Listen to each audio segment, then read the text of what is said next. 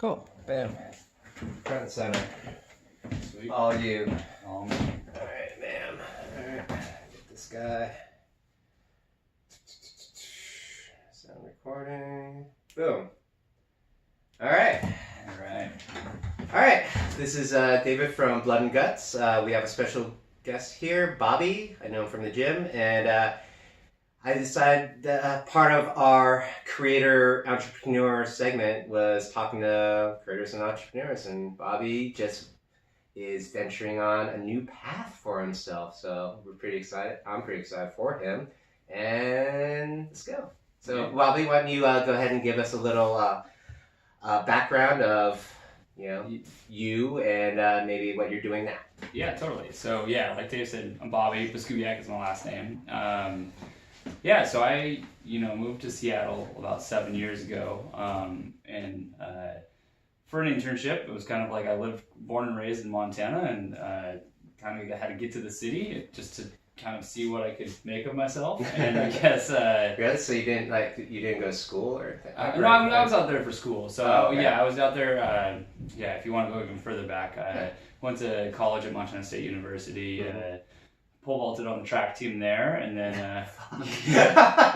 the most frightening sport you could ever pick in your life. Right. Well, that was all. I kind of got into that because I didn't want to be running around the track. All the cool kids were sitting on the mats, right. So I just wanted to go do that. Right. And it turned out you could get a college scholarship pole vaulting. So, really? Yeah. Shit. And then after college, I actually did it.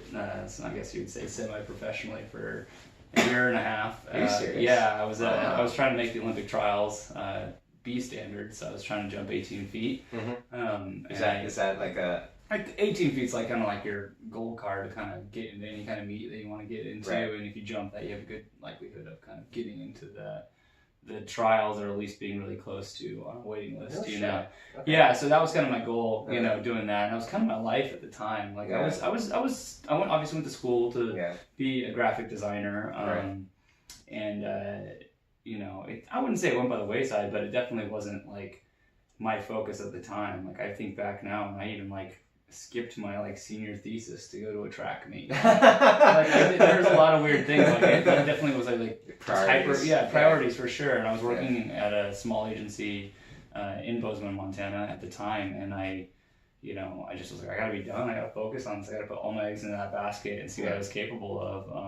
And at the time, it was a big move, but I kind of moved down to California for a few months to train with some other guys that were way better than me, just in the hopes that training with them would bring me up quite a bit, which it did in the first few months. And then very first track meet, I think it was I don't remember which year it was even now, but I broke a pole and basically cut my hand in half. Oh, Jesus. And kind of was a very stark end to that. I knew right away when it happened, it was like, okay, well, this isn't going to heal tomorrow. Really? Yeah. Wow. And ended up having surgery on my hand, and then drove back. How did you cut your hand like that? Like breaking out pipe, and then I would imagine that you impale it? No, you would think that, but it was actually just the sheer force of the pole being bent, breaking, really? Snapping out of my hand. So it didn't cut my hand, it just ripped my hand. Soft tissue or whatever. Yeah. It's gross, it's gruesome. Pictures are pretty gnarly. But more so than that, it was kind of devastating because it was like this thing that I worked so hard to achieve year in and year out, working with coaches and different people, family, friends supporting me, in this way that was just amazing. But then to have that come to literally look in my hand, and then that it all it was even worse than the pain, right? It was all of that kind of went by the wayside, and for me that was kind of the tipping point. I got back to the house and after the surgery, and I got in my car and I drove all the way back to Montana. From LA. Oh God! You're just like, I'm done. Yeah, no, it totally was. It totally was. But the interesting part was that was really what started my career as a creative. It was the thing. I probably went through the worst 6 months of my life at that time. I was in a really bad place. I was really depressed from all that effort that I put into it, and then I was kind of journaling kind of got me through in a way that was okay, well, if I was as good as humanly possible, if you think about pole vaulting as a bar graph, the top of the bar graph was as good as I'll ever be. I was probably 95% there, so I was really scratching at every little thing to get just inches or millimeters basically on the height of my vault. Whereas like you put that in contrast to my career, and you see this bar graph, and I'm maybe like 10% there. And so it was a pretty easy decision to like take that other path and start pursuing that, you know, which at the time was frightening but also exhilarating because all of a sudden it's like I don't have to try super hard to start to make big gains in my career and do what I'm doing. But anyway, so yeah, that led me to kind of like searching for kind of agencies and companies that like I could potentially get an internship for. And you know, 2011 was not a good time to be doing that. It was pretty 2009 was a kind of a soft buyout of the recession. Yeah, right. So like getting, you know, companies were just starting to hire and look like an internship. Like I wasn't really looking for an internship, but at the end of the day, that's what I was doing just to get my foot in the door. And I, you know, sent out just crazy, man. It was like 70, 80 resumes with cover letters and portfolios hand put together, sent to these places in hopes that I would at least just get, you know, get something. And I had a lot of a call or get something. And I had a lot of good feedback, but at the end of the day, basically everyone was like, I love your work, but we don't have an opportunity for you right now. And so I was pretty relentless. I would follow up with people on, you know, not a weekly basis, but every couple, you know, every month or so for about 6 months. So that was just 6 months. That was really rough, you know, and I was going to, you know, at the time I was like, I literally was like, okay, well, it's time to get just a job, you know. I was like looking to like get this job at this like shoe store just to like pay the bills. Like I got to pay rent. Yeah, totally. And so anyway, needless to say, I called out one more time to Hornell Anderson, which is a design agency here in Seattle, and specifically more of a brand experience design agency. And they, you know, they totally gave me a chance. They called me and they're like, well, I kind of called them, they called me back and they were like, hey, can you be here in 10 days? Oh, wow. And so I packed up a backpack and a sleeping bag and kind of moved to Seattle. And it was like, I had one friend that I knew here in Seattle, and I asked her, I was like, can I stay on your couch? You know, until I find a place. And hey, I haven't talked to you in about a year or so. No, I was it's kind of crazy. But yeah, it was just one of those things that like took the leap, moved to Seattle.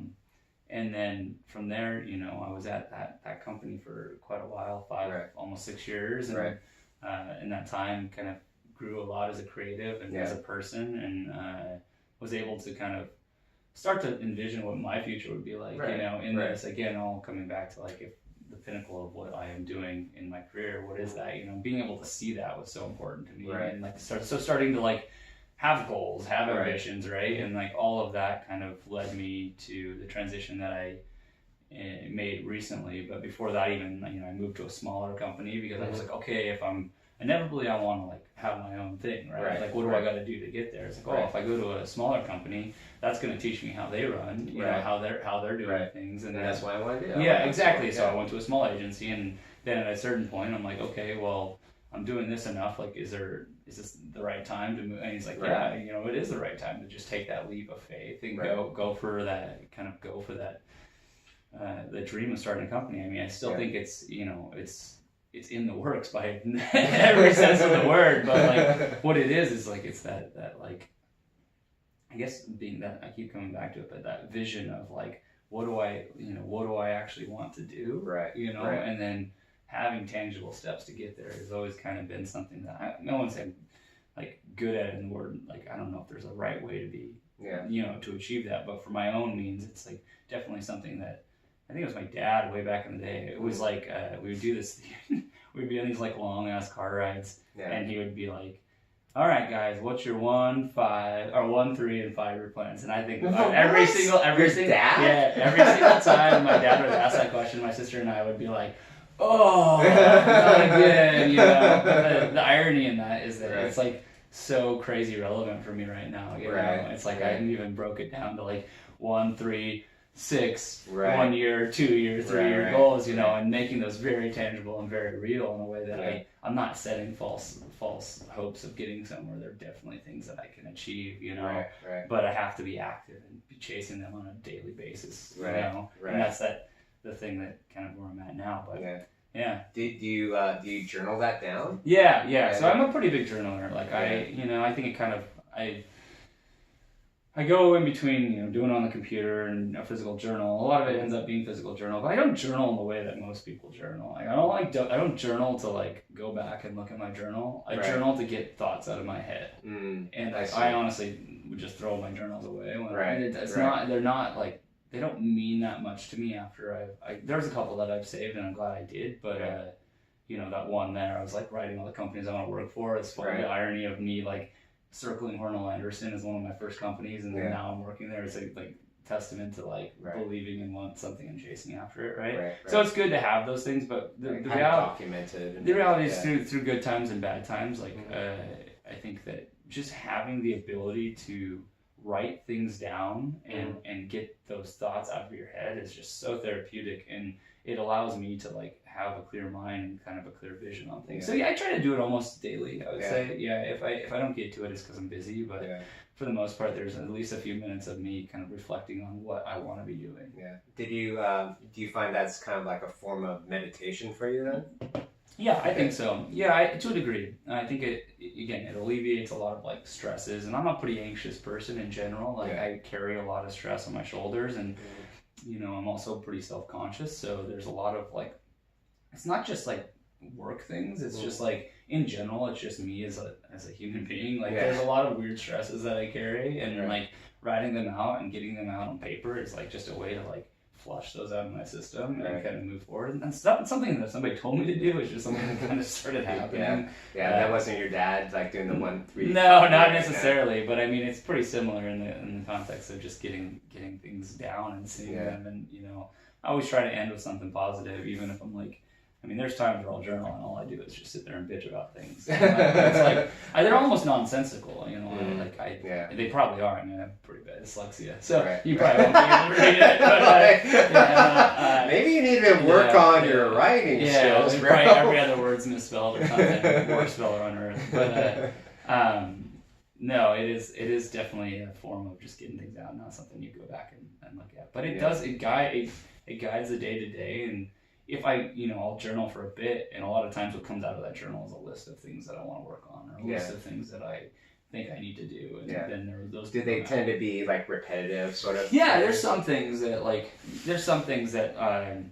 that I say like continually creep up, and those are kind of frustrating. I feel like you never take care of them because they're always there. But I try to make, if that's the case, I try to break them out and keep them and chunk them into smaller things so I can like take care of them. Yeah. So they're not like things like make $60,000 this year or whatever, right? Or like in monetary. Or... No, not as much. It's more like smile more. or like make eye contact with people more. And like weird like personal things. And but also along with that, it is like a very like go find one new client that's just your client this month. That's my goal. It's like I can or start a new interaction with somebody. They're just literally like starting points a lot of times. That's super interesting. Because like my shit's like I'm super vague with mine. It's like be a better husband, and it's like there aren't those like concrete sort of like things that that I can do. So like I'm gonna take that for myself. That's really interesting. Yeah, there's things like Emma, my fiance. There's times where I'll like we're both like really great for each other, right? But like there's things that I do that annoy her, and things that she does that annoy me. And like one of the things that I like forever we're always working on things, right? But like one thing's just like not letting things go a little bit more. Like if she does something and she does it because she likes it that way, and I don't necessarily see that. I don't have to be so. And it's like so that kind of thing is a very much an action item, right? Like I would like write that down and be like, come on, remind myself, don't be such an idiot, right? It's interesting that kind of all of that kind of technique of journaling and kind of seeing the future. I'm forgetting other people along the way that helps me, but there's other people that like. Mentors that I had that kind of I would create like vision boards of things that of seeing what I want and then seeing that every day. Vision board. Yeah, that's a whole nother thing. I don't really do that stuff anymore, but maybe I should. Who knows? It was cool. Like one of the things when I was pole vaulting a lot, like I had a goal of like when I was a freshman, or I think maybe I was a sophomore. By the time I was a junior or senior, I wanted to jump like 17.4. So like I guess it's 5 meters 20, and like that was kind of a goal, like a big benchmark for me. And like I had it like in my garage, like I had a little like pull-up bar, and I'd go out there and I just wrote that number like right there, and I would just be doing like pull-ups or whatever. And see it, like, yeah, I'm gonna get there, you know. But seeing that every day, like I got there, and it was cool. Maybe that's not the reason, but envisioning that being there mentally was a big deal. So yeah, for my career and my creativity, like having tangible things like that to like chase after. Maybe a little counterintuitive to the creative process, because it is kind of a all over the place kind of nothing's ever the same. So having something that feels like very regimented and like seeing that goal every day might not be the best way to go about that. But it's what is, it's definitely, I would say I'm type A in the sense of like I'm a pretty organized person. Like I try to keep things pretty structured. And so that's just kind of the type of creative or person in general that I am. So, Do you find that's kind of like what makes you good at being a graphic designer, is because like you can kind of compartmentalize, focus, find things to work on or to I think so. I think a bit of it is, it's hard to kind of pin that one down, but I think that like it does help for me to be organized. I think if a majority of like people that work of the creatives are pretty disorganized. I would argue that I'm maybe on the outside of like what that normally is, but I think that structure and that kind of, I wouldn't say path, but that regimen does help me. I have ways of doing things. I never approach anything in the same way necessarily, but it allows me to stay on time and allot time for certain ways of thinking if I'm trying to solve a problem, that's all it is, right? You're just creatively trying to solve a problem within a lot of times, it's not like I wish I was the person that would just like was a more fine artist in a way that I would go go off and just make something that's kind of like what I feel, but the reality is I can do that. I'm not the best at it. What I like actually am better at is when there's a problem and I need to solve it. And so like I'm working through that puzzle in a visual sense to like, whether that's a company needs a logo and it needs to fit this brand strategy and it needs to have these qualities yet, be friendly, all of those start to paint a picture in my head of what that could potentially be. And then that from there, build. And there's a lot of other process within all of that. Branding specifically, the kind of the industry that I'm in, but it all stems from a pretty organized place for me. Because it seems because they're setting a structure of what they want, as opposed to say, I don't know, like Costco goes, we really want to rebrand us. Do whatever you want. You're a world famous graphic designer. You can do whatever you want. You'd probably find that harder. I would find that harder for sure. I think that I like working for me, like having a good strategist who really can do the research and understand the company and kind of lay down like what would be the most successful from a brand strategy perspective, and understanding that, and then allowing me to have some sort of guardrails. I think that's part of the task at hand, though, right? Like I'm inevitably wanting to work, do my own, thing, which I'm fresh into 5 weeks. By week 6. But that is part of it, right? Like I do need to take these new relationships and build those things. So it's something that I love and I want to like get better at and continue to move forward in. But like being a one-man team is a whole different thing. I'm sure I'll be tapping lots of people on the shoulder, and inevitably I want to find the right partner to start an actual company with, opposed to it just being myself. But it is that that groundwork that I can then take and run with and feel very confident that I'm making the right decisions. Cool. Like, do you how have you found it different now that like you're on your own, like 5-6 weeks in, and like, I mean, I would imagine the rush of being on your own time and not having to be a specific place. when someone else tells you to be there would be incredibly exhilarating. And then I would imagine that would wear off after a while, and you would probably end up doing the same thing as you would be if you were, Yeah, potentially. Yeah. So the things that stand out to me, I think, the freedom of time is really interesting. Like it's something that kind of I wasn't really thinking about when I was making the move, because the move wasn't necessarily about freeing up my time. The move was about starting something new. Yeah. But that time, that freedom is really empowering. Yeah.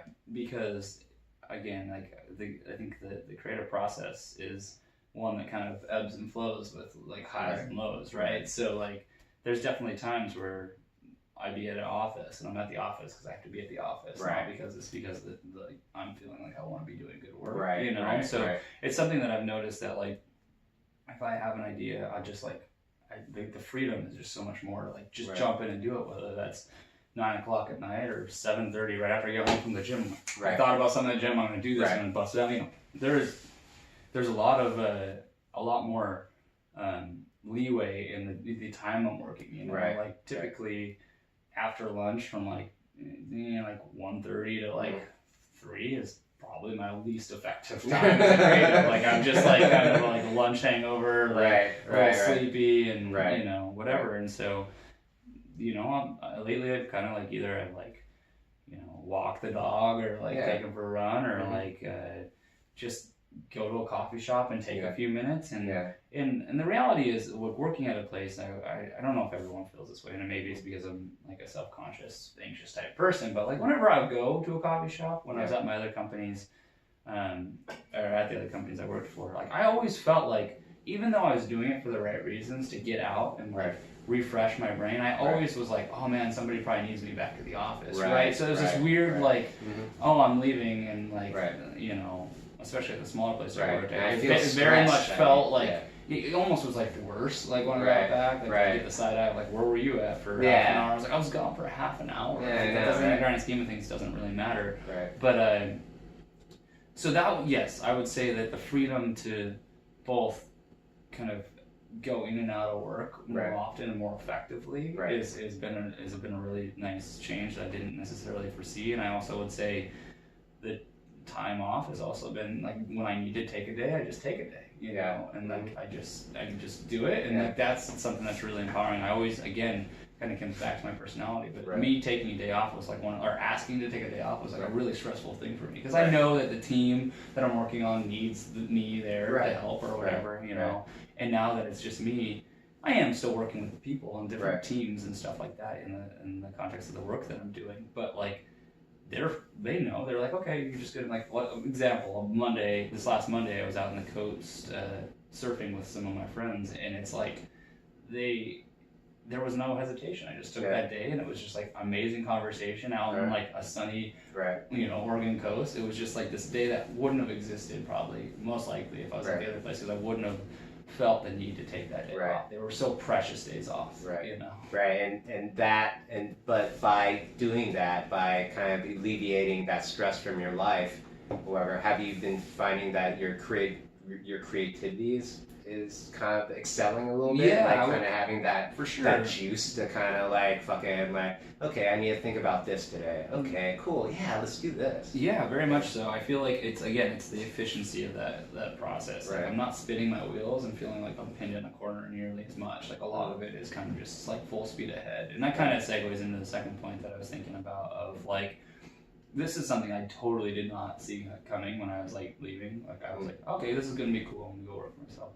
One of the things that it was all on the intention of starting my own company, right? That's all all things are leading that way right now.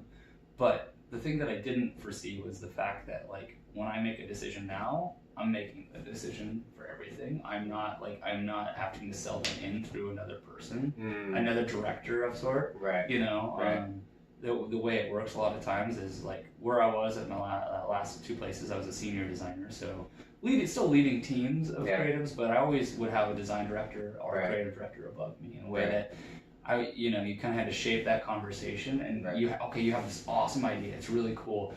but you kind of know that director is not gonna think See it's cool, so you right. kind of have to skew that idea to make him all stoked on it, right? And so now I like the epiphany that I've kind of had is that like, oh man, if I have this really good idea, I just do it exactly how I feel like it should be done, right? And execute it in the way that like I feel like is the right way, right? And I have zero hesitation about it. And what's happened is like all of a sudden that idea, when I do present it to clients or other partners, like the passion is so real. It's not dumbed down. It's not cut. It's not just like not this like idea that was like kind of chopped and screwed to like fit a persona of a creative director or design director. Right. It's like 100% mine, right. which is really special and something I totally didn't see. And like, with the caveat of like, I would have never known what this my own vision if I didn't have design directors and creative directors in the past teaching me like what that vision, you know, what types of ways to approach projects. So it's all like, I'm not knocking all those people in my past. I'm very much saying thank you, because it's like, oh yeah, you've taught me how to be a leader, and like especially like with a creative like idea or vision, like it's something that I feel like I have the confidence to do on my own now. It's something that totally caught me by surprise. I've done little things here and there, but now it just feels like, okay, like yep, I got it. I'm gonna go with that. Like that's the right thing to do. And if I don't, I'm sure there'll be guaranteed there's gonna be times in the future where I don't, but I have plenty of resources that I can pull on to get me through those tough times, right? Like, what do you think of this? Oh shit, okay, thanks. I kind of was feeling that way. You know? That's awesome, man. So do you feel, I mean, I think part of it, like being a creative person and working in a creative field, like you have to have like a lot of like self-empowerment, you know, to be effective. Yeah. You know?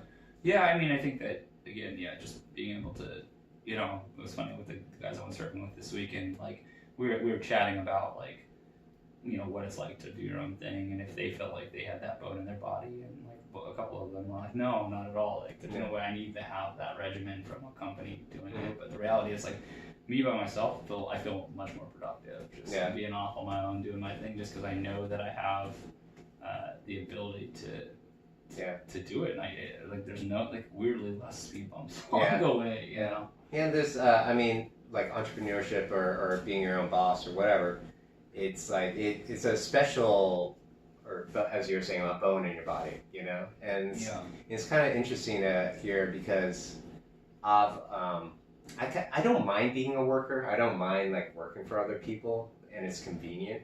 Yeah. You know. Yeah. But there's always something in my heart that's like telling me, like, you know, you really need to like do something for yourself, you know, because like it's just the way that like it's part of who you are, and if I feel like if I don't do it, I'm going to miss out on something, you know, because it's easy to work for other people, you know. I wouldn't say easy, you know, just some people just can do it, you know. Yeah. Well, I think that like. You're right. It isn't by any means to like put that down, because it's not. There's like those people are obviously like needed, and you know, and it's never a bad thing to be. You still learn so much being under others. Like that's the other thing that I think, like, hopefully, like in the position that I'm in, I'm not saying like if I worked for 2 more years, I would have learned so much more and like made better decisions. But I think that like it really does come a time in somebody's career where there's like it's like, okay, well, I basically know what I need to know to do it, and there's never a good time to do it. You know? Like it's funny looking back now how much I built it up. Like I kind of felt like a broken record talking to some of my closest friends, because like, I really want to do this, I really want to do it, and like, well, why don't you do it? It's like, well, I just don't have the work. I don't have the money. Or because it is. It's like your livelihood, right? I'm getting married. I'm getting married. I'm paying for a wedding. I live in Seattle, where it's just like got awfully expensive. You know, so it's like there was all these like external factors that weighed into it, but like in hindsight, it's like, well, you're not gonna fall. I mean, if you fall on your face, you just get another job. Right. You know, like it's not like the end of the world, and I think I built it up a little bit more than I needed to for myself, but maybe it was the right thing, because then it did the gravity of it was it's real. It's not anything, but at the end of the day, like it's just do it. Just go, you know, and like once it happened, and now I have some things working that are really great, and have some, people I'm working with that are really awesome and super supportive in a way that like it's just a really nice change, and in general, like it sounds like you just needed to experience it. Just do it. I mean, as you were saying, the worst thing that happened, you get another fucking job. Big fucking deal. Yeah, there's parallels too, with like track career. It's like, okay, I'm done with college. You could call college the team. Yeah. And you could call me going off on my own, So there are parallels with that in my life. But this one's definitely. I was drawing that parallel between you being an athlete and being an entrepreneur, or being a creative entrepreneur, and being able to take what I'm assuming, because I've never done D1 sports at all, or whatever, right? Pole vaulting. It's a very specific thing. I've never been at anything like that. But what I took from from the CrossFit space that we're both in, I've learned that people that are on top of the game, people that are on top of utilizing their full physical being to achieve something, tend to be very self-reflective and be able to visualize and be able to compartmentalize things like that. And it sounds like you've taken those skills that you learned from pole vaulting into your creative side and your work life. Yeah, totally. I mean, I think that, you kind of hit on the head when you say visualizing. Like, that was pole vaulting. Like, you think about it, like, you stand at the back of this runway, you look down the runway, there's like a mat at the bottom, you run down with your pole, and there's a bar at the back, so you're sitting there and that bar is 18 feet in the air, and you're like, I'm gonna go up and over that. A lot of times, you'd be at the back, and like towards the end of my career, a lot more, you start visualizing yourself going over that, and then 7 seconds later it's happened, right? So it's a very tangible, like, that happens very instantaneous, and you're there. But I do think that there's parallels, with CrossFit and with my career. Like when I was done with vaulting, I like I said, I was in a pretty bad place. I still ran and stuff, and the reason I got into CrossFit specifically was like it was filling this void in my life, which was like I've always been a pretty active person. But once that went away, I didn't really know what to do, and it was a hard transition. But getting there, I was like, okay, this is totally it's different, but it's the same. And I wouldn't say I'm like the most competitive person in the world when it comes to CrossFit, but there's moments of technical things that you do that like you have to visualize to get better at. And I would say in work and everything else in life, there's the same thing. It's a little bit different in the way that you're visualizing or kind of painting that picture of the future, but you're kind of doing it in the same way. So yeah, I would agree. Like I think that like the ability to kind of focus on particular aspects of things and then break them down and visualize. I think there's weird parallels in all of it, right? Like, Well, generally speaking, it's because like